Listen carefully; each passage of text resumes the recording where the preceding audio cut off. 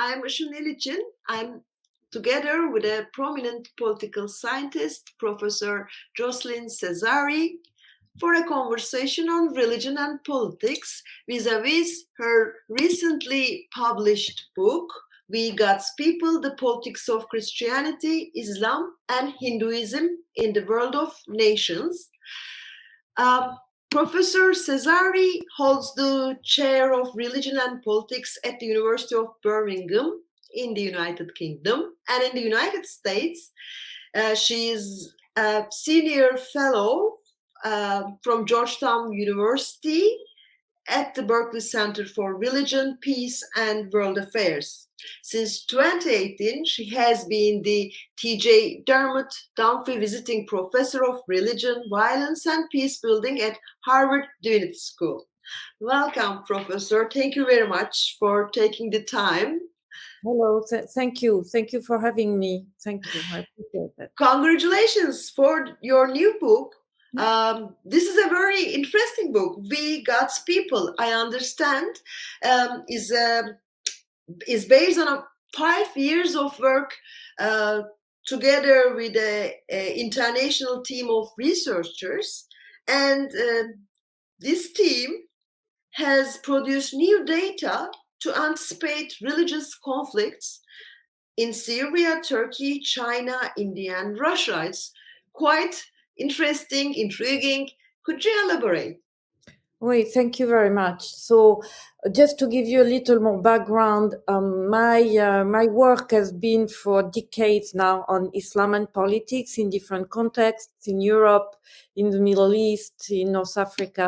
And I had come to the conclusion in my recent work that to understand the politicization of Islam, it is important to look at the national cultures and not only at the so-called Islamically based political movement. So the idea that Islam has been included in a certain way of thinking or doing politics has become very central to the way I look at the politicization of Islam. And I wanted to find out if it was the case for the other religious traditions, because what I know also through my continuous comparison across religious communities is that Islam is specific but not exceptional.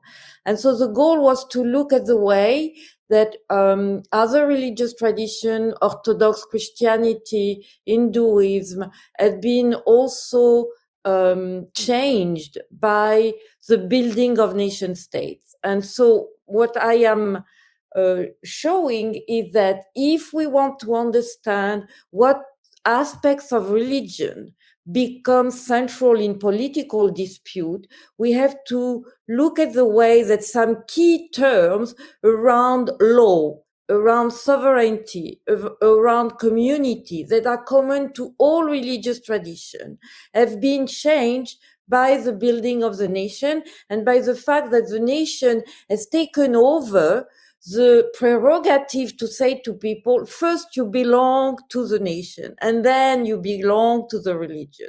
While initially, everywhere, the first community that organizes a collective identity is religion.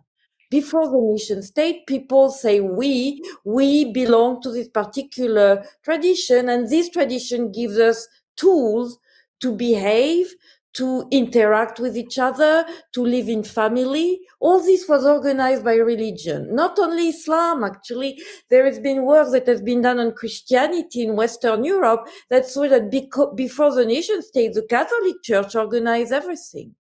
But then the state came and said, no, I am now, as a king, as a state ruler, taking over some of the prerogative of you, religious community, and making them central not only for the people of one religion, but for other people who can believe, not believe, or belong to other traditions. And that has been a major change for all religion. That's what we call in my jargon of social scientist, it's about privatization. Religion have been privatized everywhere. Oh, But so interesting. Yeah. Before you go further, could I ask you something? If I to check if I understand you rightly, yes, it's about widespread belief or thinking in Turkey that after the 20-year rule of AKP, um, Turkish state or the republic um, greatly lost its secular character. But from what you say is that maybe we should first discuss, was it in the beginning that secular as we thought? Could you exactly. elaborate a little bit Yeah, on that? that's exactly the question. We live on the assumption that the AKP politics is challenging Turkish secularism.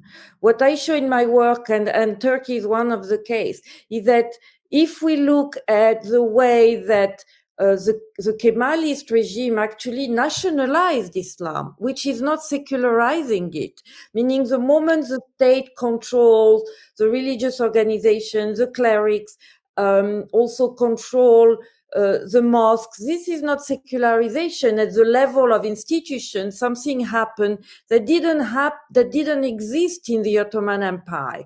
The fact that the state, which is a specific type of political power, reorganized the dominant Sunni school as part of the state institutions. And doing that, it did put the ulema on the payroll. They are civil servants, which was not the case before. Before that, the ulema had responsibility vis-à-vis their local communities that were diverse. They were not only regulating. The Qadi was looking at was taking into account the religious, ethnic diversity of the community he had to manage. This is gone. The state nationalized and took one particular trend of Islam and made it a specificity of the state. So the question of ethnic diversity, linguistic diversity was it was not created by the AKP regime. By the AKP regime, it was at the foundation of the nation state of Turkey. Overnight, Kemal Atatürk, with the consent of the international community, decided that this was Turkey, with a certain delimitation of territory and the population that would speak Turkish and would be Muslim. Legally, there is no recognition in the foundation of modern Turkey for religious and ethnic diversity. It's not a critique. That happened in all nation buildings. Now I can see more parallels with what you study. I mean, it's Syria, Turkey, China, India, Russia. I mean, you can see that in all these countries, nationalism is now the trend, or we see that more and more nationalistic attitudes from their leaders. They design the country as a very nationalist state or country, but also in each of them we see the religious flavor input, put it into this nationalistic vision. So could you elaborate? Is this what make them comparable? Yes, absolutely. So that's the question of when the new nations were built everywhere, from the Tsar to the new Soviet empires. What did it mean to become part of this new empire when the orthodoxy was put on the side? But interestingly, there was no separation between the Soviet regime and the Orthodox Church, unlike what people think. So that's the same thing that I was saying for Turkey. But the question of removing the importance of religion in the life of people was indeed there. Actually, Russia became a secular state in terms of separation in 1997. So after the collapse of the Soviet regime. In the case of India, that's also a fascinating situation where India was by definition multicultural, multilinguistic. After all, the Mughal, as a Muslim dynasty, ruled the Indian subcontinent. What happened with the nation building is, despite the fact that the Hindu elite said that they would recognize the diversity, a link was created between the new Indian nation and some elements of the Hindu tradition, the language, the symbols. If you look at the Indian flag, you have on it symbols of the Hindu tradition. And that's why Muslims, lots of them said, we don't have a legitimate status in this new organization. We're going to be a second-class minority. And that's why you have the secession that, by the standard of the Indian secular leaders at the time, was a big failure. The fact that Pakistan was created was for them a sign that their vision was not seen as inclusive as they wanted it to be. And the signs of already trying to adjust the Hindu tradition to the Indian nation were already there. It's just we never saw them because we just look at the institutional level and the politics of elections. But the reality, all the movements today on which the BJP has grown have been present in Indian societies even before the independence of India. So there was always been the tendency of looking at building the new Indian nation as an Hindu nation. What the elite could build is a secular system at the top, but this diversity locally and this importance of Hinduism in organizing a relationship was never really removed. And so it explains that it can be mobilized today, even at the national level. If I may say so about China, so China was the most fascinating case, and I would say exotic case for me, because that's really far out of my scope of usual studies. And so it was very interesting to see that the emperor, we have always to start before what was the status of the religious communities and tradition before there is even a discussion on what the nation will be.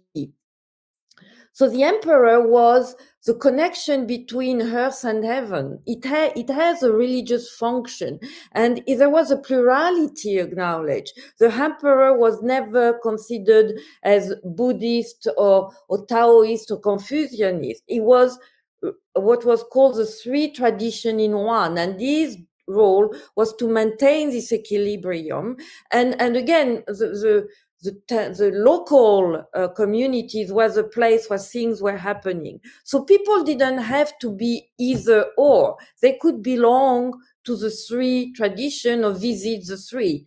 The moment the Chinese local elite encounter the Jesuits, they come to China in the late 16th, early 17th century. The Jesuit brings the term religion. The different tradition there never thought of themselves as religion. And so as the question becomes is Confucianism a religion? Is Buddhism a religion? And the debate never stopped, actually. And so there was a moment when they started to build the modern state, the republic stage, before the communists took over. And it was clear for all the elite that in order to build this modern religion and this modern citizen, the state has to take the responsibility again. So because we are in all situations where the state rulers, the state elite has a vision of what the nation is, but it doesn't echo with the way that people are living. Locally, everything is multiple and diverse. So there is not an built-in sense of a nation Nobody has a sense of belonging to this portion of territory with one central authority. This came as a modernization. So overnight, in the case of in Pakistan, for example, I mean, overnight there was a border, and people who used to be mixing in these Hindus and other group and Muslims, they said, you are on this side, you are Indian, you are on this side, you are a Pakistani. And that has changed the way that religious tradition have to deal with their collective belonging. I'm not talking about the rituals or the personal piety. I'm talking about the fact that religion has a sense of collective organization. And I live in the West in a way that people have forgotten that. And it is important for people not only to be pious personally, but to think that they belong to a community that gives them sense and meaning. And interestingly, we are at the end of a pandemic, and it was clear that the religious groups played this role everywhere because the state showed its incapacity everywhere to provide this sense of community. The schools were closed, the workplace were closed, the entertainment were closed. Where do people turn to find this sense of collective, because it is healing process too. They turn to religious communities. So we are seeing now what some religious people have been saying for a long time, meaning it gives me a sense of collective identity. So sometimes this collective identity match with the national one, but sometimes it doesn't. Look at the evangelical in the US. What they are saying is, we want our religious prescription against contraception, abortion, etc., be the law for everybody. It should be the law of the nation. I see.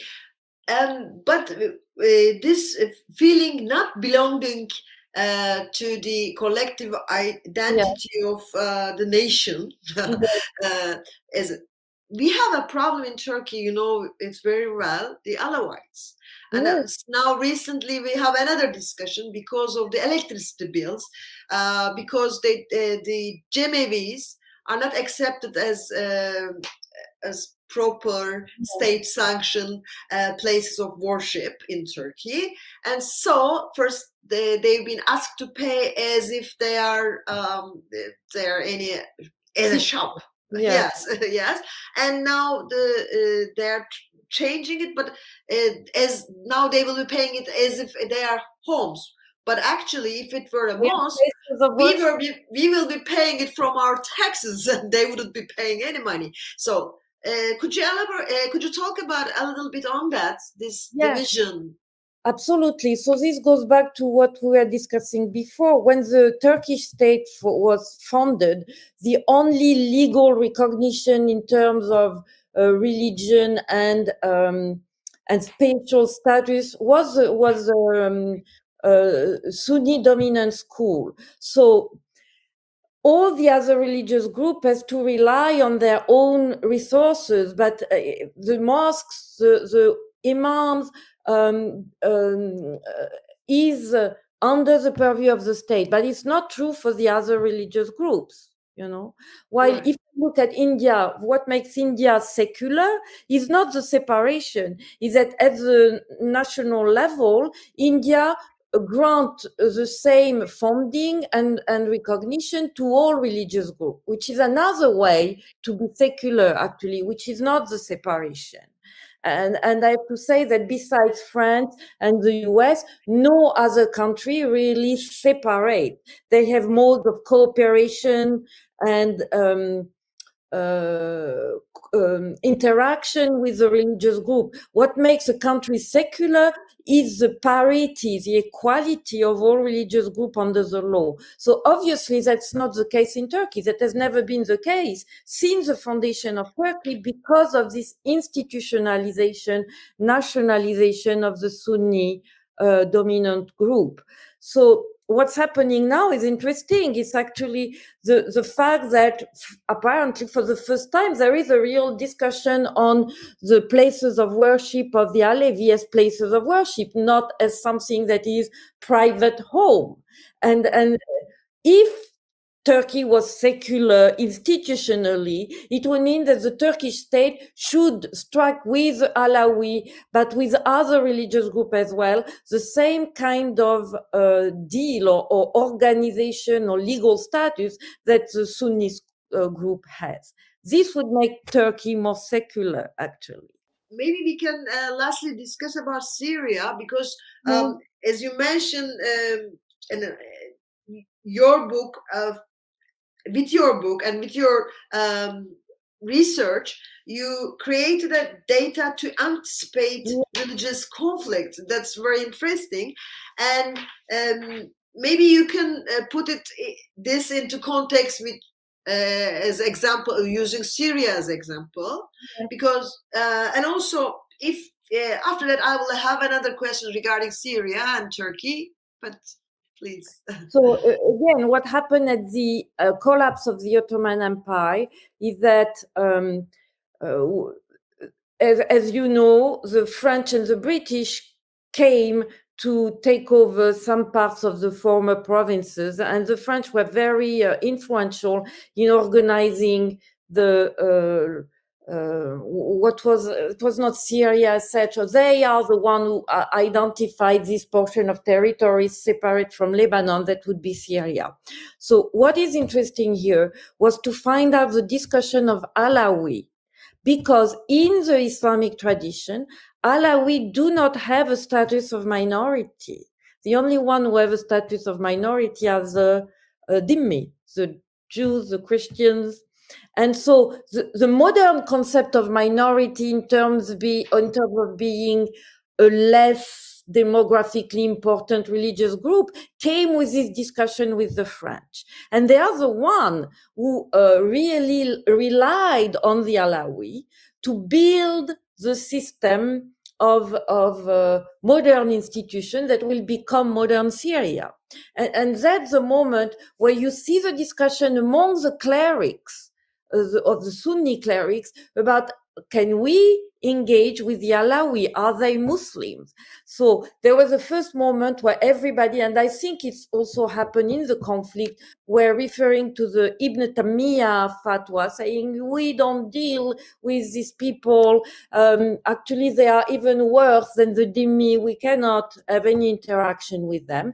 And actually, in the book, I show that at the time of the nation building, all the clerics said that Alawi, there is a fatwa justifying, explaining that Alawi are Muslims. And built on this reorganization of power, Hafez al-Assad, the father of Bashar al-Assad, will take advantage of the fragmentation of the Sunni elite to invest completely the state system and put his minorities central in the military and strategic element of the new state.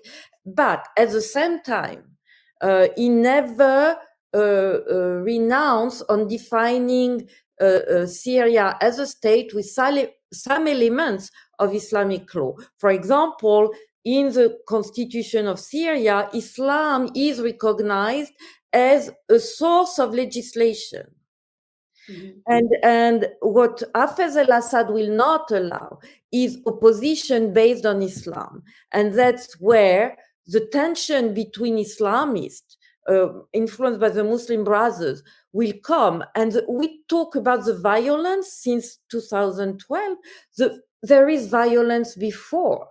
Hafez al-Assad destroyed entire villages because he was suspecting that there are too much sympathy for Muslim Brothers. And initially, the Muslim Brothers are not violent. There is a lot of discussion among the Syrian Islamists about not using violence. So the violence is not inherent to the particular Islamist group. It's also part of this continuous tension. So what we see is that the state in Syria has since the beginning defined what is legitimate in terms of being a Muslim, what is illegitimate, and how does it contribute to the Syrian identity. So I can tell you that since the post-conflict, although the conflict is still there, but since the Syrian state has regained most of control of the territory beside Idlib, you see that they are using the local clerics to help heal the tensions between people in areas where there were jihadi groups. So, and what they are saying is, we're going to give you clerics resources to rebuild locally, but don't think for one second that you're going to have a political role in challenging our power, the regime, the system of Bashar al-Assad. And that's exactly what has been going on before the conflict. But you don't see any religious conflict, you don't anticipate in Turkey, do you? What I'm seeing is that it's not between the secular and the religious anymore. What I'm seeing is a divide that is between forces or among forces, and some are considered pro-Western and some anti-West, and then the West is seen as the enemy. So depending on your agenda within Turkey, you can be depicted now as a pro-Westerner, and it makes your life very, very difficult. So what is interesting is it's not anymore Kemalist versus Islamist or secular versus religious. It is a distinction between orientation, and it can include religion, but it's not the main reason, because you can be seen as a pro-Western even if you have a Islamist tendency. There are lots of things going on there that are beyond the secular versus religious. And again, I think this may change again depending on the balance of power within Turkey.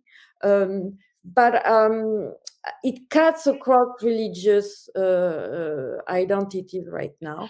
So, but what you say is very important, because in its creation, the Turkish state an identity oriented itself, looking westwards, and you're saying that now West is out. Maybe it's. Oh yeah, I mean. And the turning point, and it was a mistake, a strategic mistake of the EU. I have written on that. It was to see that the door to the EU didn't open. It is a big disappointment, Plus the changes of power related to the Arab Spring. It's clear that Western Europe is not central anymore, or it's seen even as an impediment to the position of Turkey as a leader in the region. And that's interesting because the connection with Putin can also be reinforced by that, because Putin, look at what's going on with Ukraine, is also an anti-Western discourse, which actually today the most virulent anti-Western discourse I have collected in this book do not come from Islamists, it comes from the Orthodox. I have read the most virulent discussion on we have to fight the West, not only military, and it's not even military, it's in terms of civilization, in terms of value. So it's interesting to see the shift here. We have it in Turkey too, the seculars, also are very anti-Western. But this anti-Western policy or discourse is also strengthening the alliance for Erdogan internationally. That's what I'm seeing. And the same thing with China. You have a new front here about countries that are fighting against the West for religious, political, material. All this comes together. Sorry, but I'm so intrigued because we have an election in less than 1.5 years time, and also so the power might shift. AKP might lose it, and also after 20 years of rule, what do you see? What change? Is this the change done by AKP that we now discuss our Turkishness in a different sense, or? Okay. So when the AKP took the power, there are different phases in the AKP political evolution. Really, there was a building of what was called emergent democracy. And then there is the turning point of the Taksim protest and the turn toward a more authoritarian presidentialist regime. And in itself, it's not related to Islamism. It is related to multiple conditions that are too long to go further in there, but that is a worrisome thing. The presidentialization, greater authoritarianism, and the sort of cult around the figure of Erdogan, which happened to lots of very charismatic and a powerful leader, but people have lost track around him of sense of critique, and you cannot critique. I mean, that's a country that jails the most journalists. So there are lots of things in there, and for me, there's nothing any more to do with Islam as a political force. You see, in itself. Thank you so much. I took a lot of your time, and I hope we will have your book in Turkish soon. I think you have one title written together with another colleague of yours, but we need more of that. Hopefully, we will have it in Turkish soon. Thank you. This would be wonderful. Thank you. Thank you for having me. Professor. Yeah. Professor Jocelyne Cesari. We had a conversation regarding her latest book, We God's People, The Politics of Christianity, Islam, and Hinduism in the World of Nations. Thank you for watching. Thank you. Bye now.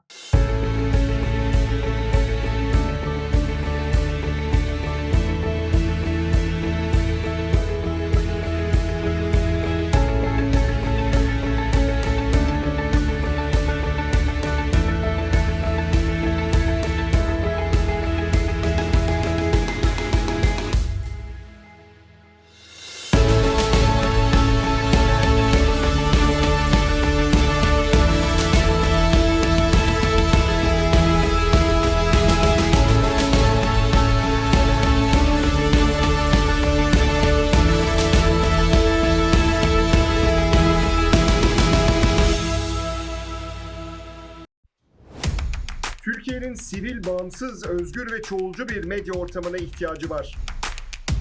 Medyascope 20 Ağustos 2015'te bu ihtiyacı karşılamak üzere yola çıktı. Ama yolumuz uzun. Bu yolculukta bize Patreon veya YouTube'un katıl butonu üzerinden katkıda bulunabilirsiniz. Destek verin, sizinle güçlenelim.